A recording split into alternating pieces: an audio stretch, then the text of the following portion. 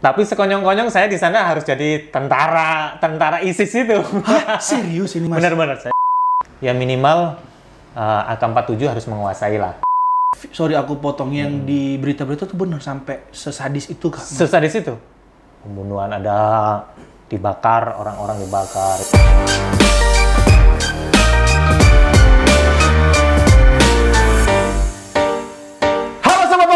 Selamat morning, kembali lagi dengan Bang Ramos. Kali ini program spesial di mana kita bakal support UMKM Indonesia, UMKM maju, UMKM pasti sukses. Kali ini bintang tamu sangat spesial, ini jauh-jauh dari kota Jawa Timur, Malang. Wah, mau datang ke Tangerang, luar biasa. Siapa lagi kalau bukan Mas Syarul ya? Mas Syarul, tas dulu dong, biar nggak selek ya. Oke, ini bintang tamu kita. Apa kabar Mas Syarul? Alhamdulillah. Alhamdulillah. Sehat. Semangat ya. Semangat ini selalu. Begitu buka pintu saya lihat ini kayak apa, foto model teman-teman. Badannya bagus, ganteng, wah ini. Gitu ya. Mas Syarul, terima kasih banyak sudah mau datang hadir di sini jauh-jauh dari Malang ya. Nah, kali ini memang kita akan ngebahas banyak tentang produk-produk UMKM Mas Syarul, di mana dengan masa pandemik ini banyak pertumbuhan juga UMKM yang sangat pesat. Nah, Mas Syarul, ganteng-ganteng gini kenapa nggak jadi model kok jualan permen Mas Syarul? Kenapa kira-kira mau pengen berusaha UMKM jual permen? Karena saya memilih Kalina Candy itu ada nilai filosofinya buat saya Ada pribadi. filosofinya, Ya. oke. Karena saya latar belakangnya dari kemarin-kemarin banyak sekali ujian-ujian kehidupan Nah, buat saya. boleh kasih sedikit-sedikit ujiannya, kenapa ujian masa lalunya ini? Ini Mas, saya harus cerita vulgar kan? Iya, boleh kan apa-apa. cerita Di sini vulgar? kita bebas. Ya, saya dari lulusan alumni Nusa Kambangan. Serius? Alumni Bener, Nusa bener. Kambangan? Nusa Kambangan. Wah, berarti sempat sekolah di sana. Alumni mana lagi nih? Di Nusa Kambangan pernah, yang terakhir itu saya wisudanya di Lapas Sentul. Wisudanya di Lapas Sentul? Lapas Sentul. Oke. Jadi Kenapa ya, bisa sampai sekolah di sana Mas Syarul? mungkin biar lebih pinter kali Mas Lebih ya. pintar ya? Oke. Jadi singkat cerita Mas, saya tahun 2014 itu pengen melancong gitu ya, pengen tahu daerah-daerah konflik saat itu, dan saya tertarik. Anda saya sebagai misi kemanusiaan hati nurani saya pengen berbuat sesama waktu itu. Oh, tahun jadi 2014. tujuannya sangat bagus, mulia ya, pengen untuk bantu melancong dengan melancongnya ke mana? Jawa Barat, Jawa Timur, Sulawesi? Agak jauh sih, lewatnya harus lewat Turki dan harus nyebrang. Luar negeri. Jadi Ya, melanjut benar-benar. kemana Mas waktu itu? Waktu itu ke Suriah. Ke Suriah 2014. Ngapain Benar. waktu itu pengen ke sana selain juga ingin bantu teman-teman di sana? Saya pikir di sana saya ingin bantu anak-anak korban, di sana kan terjadi konflik waktu itu. Iya, perang, sempat perang.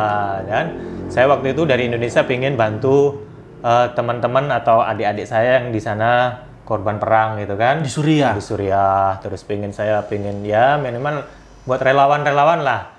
Tapi sekonyong-konyong saya di sana harus jadi tentara ISIS itu. Hah? Serius ini Mas? Benar-benar saya serius di sana. Serius, dari 2014 awalnya mulanya Mas Syarul pengen ke sana bantu untuk teman-teman yang korban perang ISIS. Malah di sana direkrut. Dan saya harus latihan. Saya ada di sana, saya harus latihan bongkar pasang senjata, merakit bom. Serius? Serius ini. Beberapa macam PKC, Doska. Kadang kita juga harus tahu bagaimana mengoperasikan tank juga itu juga. Wow.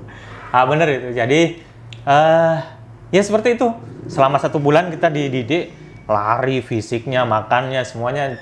Ya seperti kalau kita Layaknya memang tentara yang ingin berperang gitu. setelah itu lulus, ya minimal AK-47 harus menguasai lah. Minimal. Itu.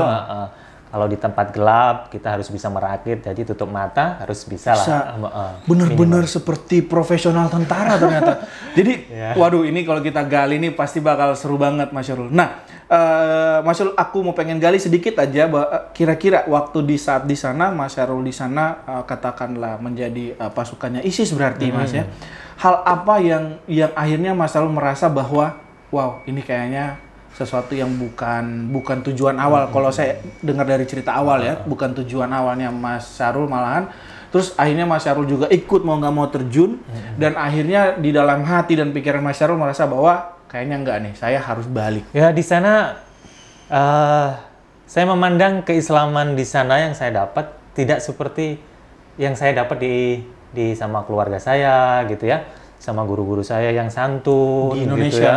Apa namanya, Islam rahmatan lil alamin gitu Sorry kan. karena aku non muslim ya Mas Syarul, cuman Benar. banyak teman-temanku. Nih kameramenku juga ini teman baikku muslim juga. Ya, benar. Oke.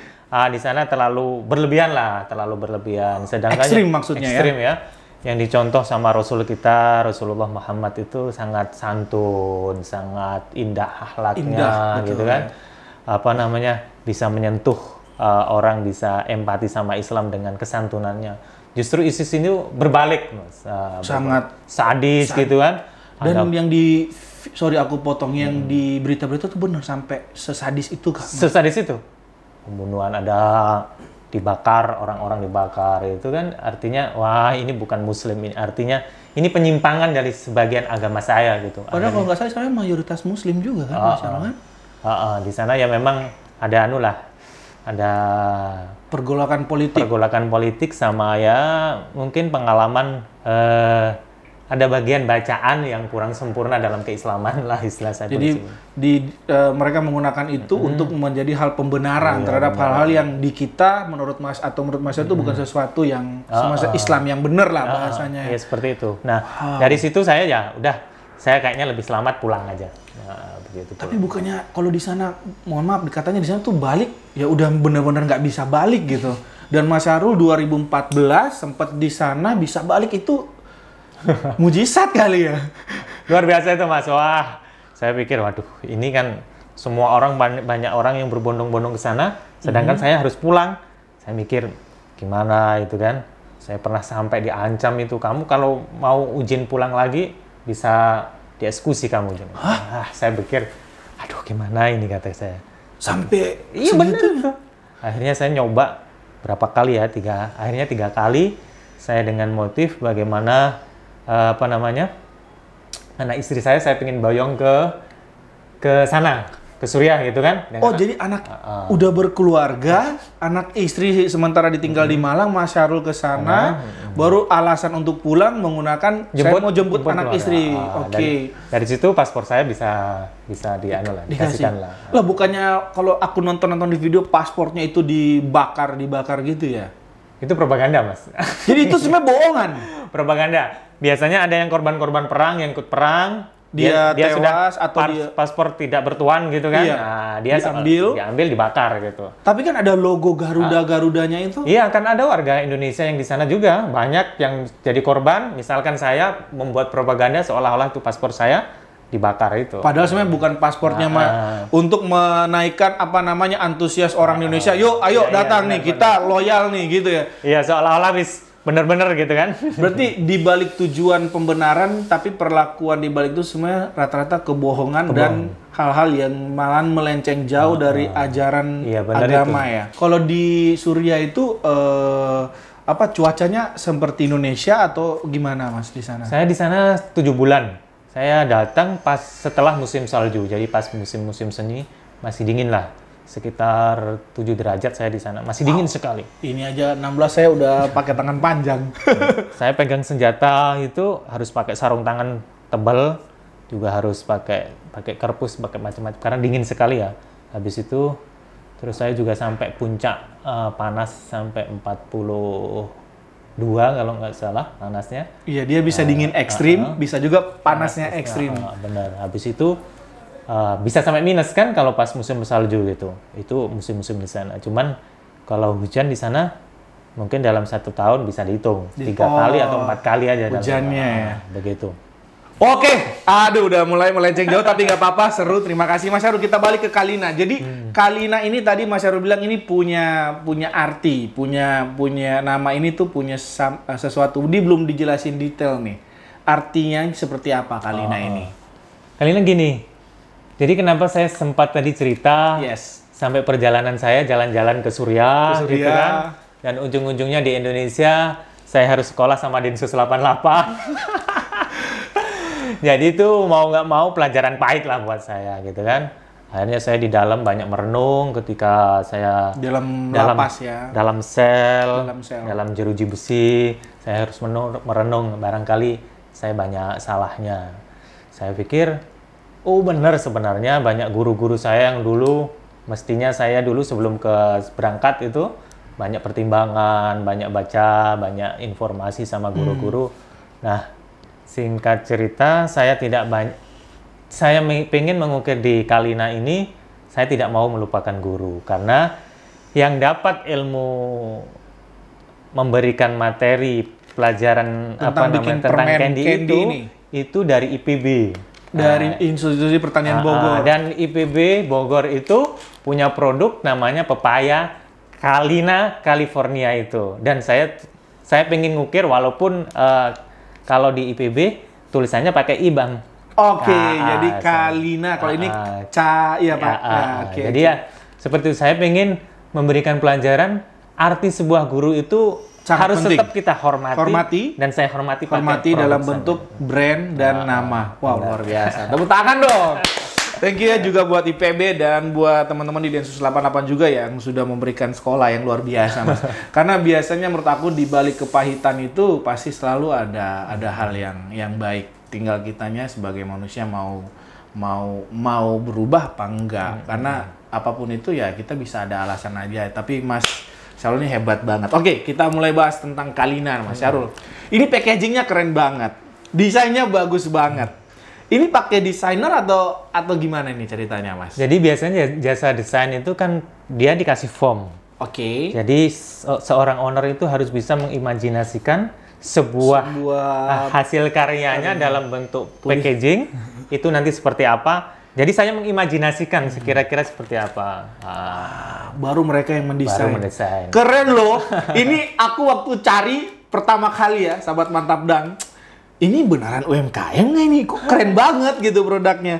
Ternyata beneran UMKM dan ownernya juga punya banyak cerita. Mas Syarul, kenapa memutuskan akhirnya permen ya dari begitu banyak mungkin yang pernah di-sharingkan ke Mas Syarul, gue mau permen deh, terus permennya mau yang buah-buah gitu. Kenapa pengen akhirnya memilih bisnis UMKM ini yang akhirnya yang difokuskan?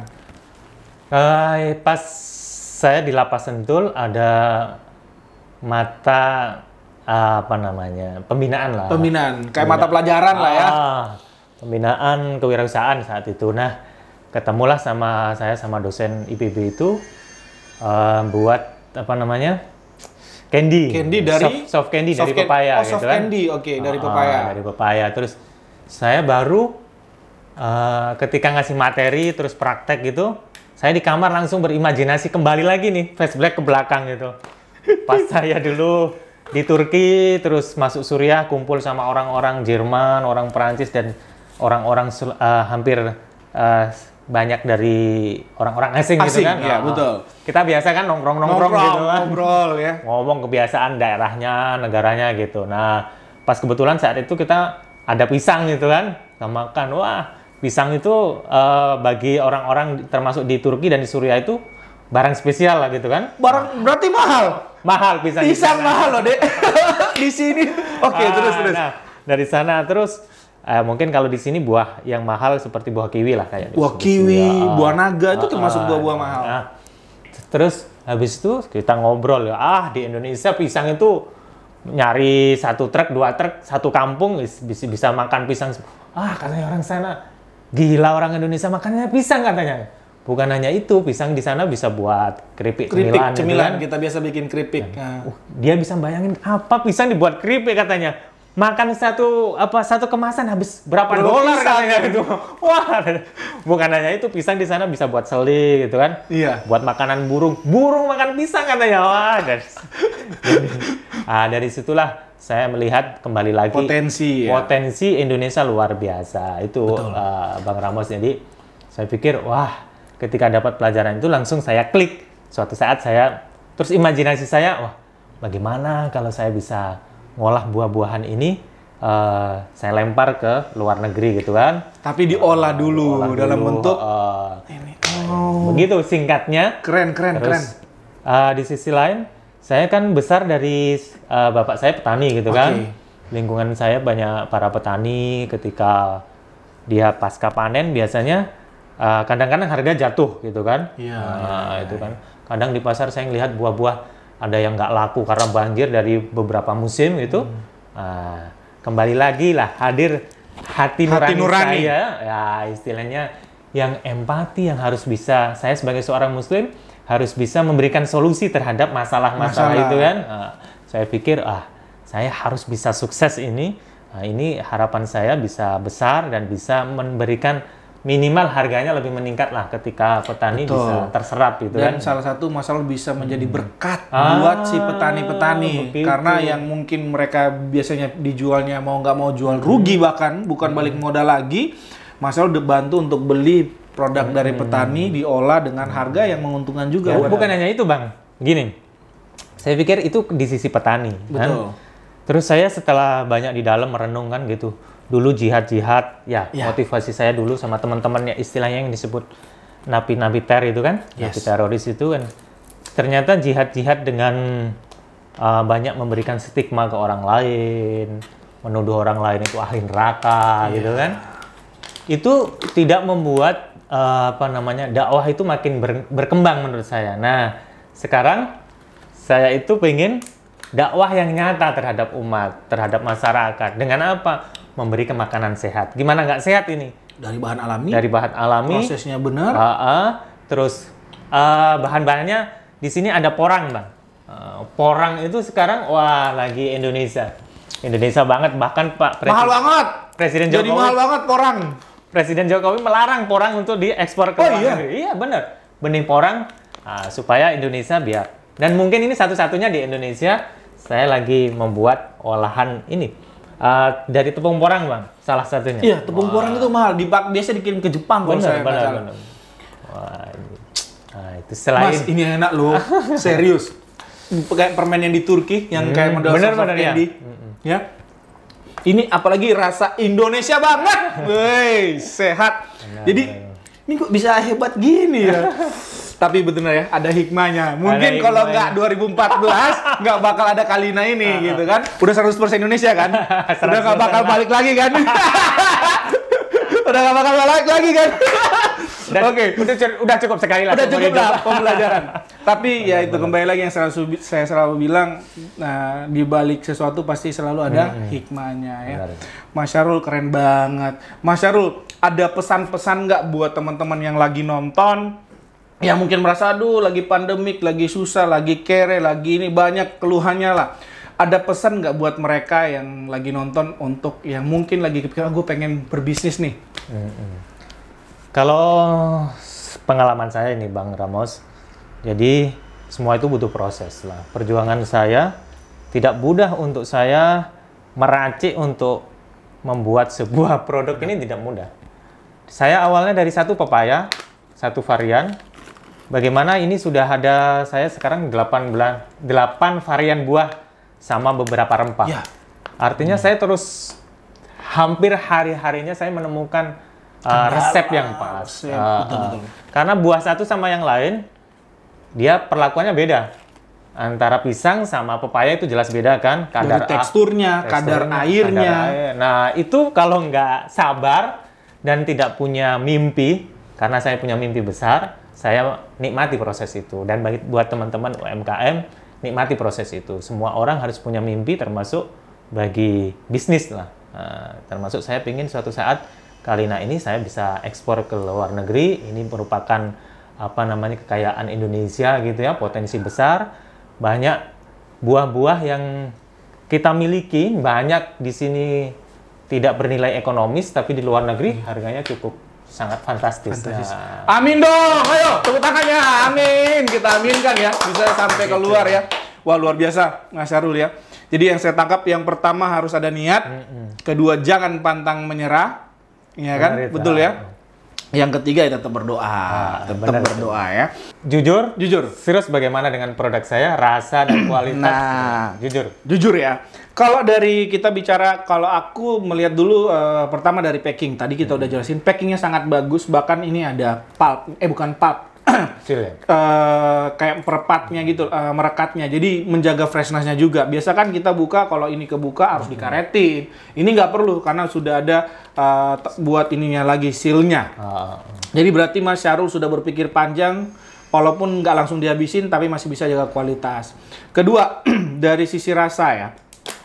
Kalau menurut aku, Mas Syahrul nggak perhatiin saya dari tadi sambil ngomong gini aja udah kayak nggak sopan aja. Karena enak ya, enak, terus teksturnya dapet gitu. Bahkan apa ya, namanya permen kan harus sweet ya, kayak kita berdua lah manis ya. Jadi dari tekstur rasa menciri khas dari rasa buahnya ya. Itu yang aku amazing. Jadi kalau Mas Syahrul tanya, packingnya bagus, menjaga kualitasnya, rasa juga enak. Bahkan di dalam teman-teman Mas Syahrul sudah inisiatif banget. Ini juga menjaga kelembapan, ya ini bagus, freshness-nya juga. Jadi benar-benar udah kayak pabrik-pabrik gede Mas Syahrul. Mudah-mudahan jadi gede sungguhan ya. Betul-betul, kita doain ya, amin dong, amin ya. Wah, yang nonton ada 5.000 orang loh di sini. Jadi aku appreciate, nanti abis ini kita ngomongin bisnis. Siapa tahu ini bisa saya bantu jual. Dan yang pasti kalian kalau mau konsultasi bisa nggak ke Mas Syahrul, mungkin mau pengen nanya-nanya seputar gimana apa bisa ya? Oh boleh, di nomor nanti kita cantumin di sini ya. Dan produknya nanti ada di mana aja. Saya akan tanya ke Mas Syahrulnya, akan saya cantumin di deskripsi. Jadi kalian bisa langsung kunjungi ke link yang kita berikan ya. Mas Syahrul, terima kasih banyak. Oke, sama-sama Bang. Sukses selalu. Amin, siap. Seperti biasa dong, paling terakhir, sukses UMKM, maju UMKM. Ya, thank you Mas Syahrul.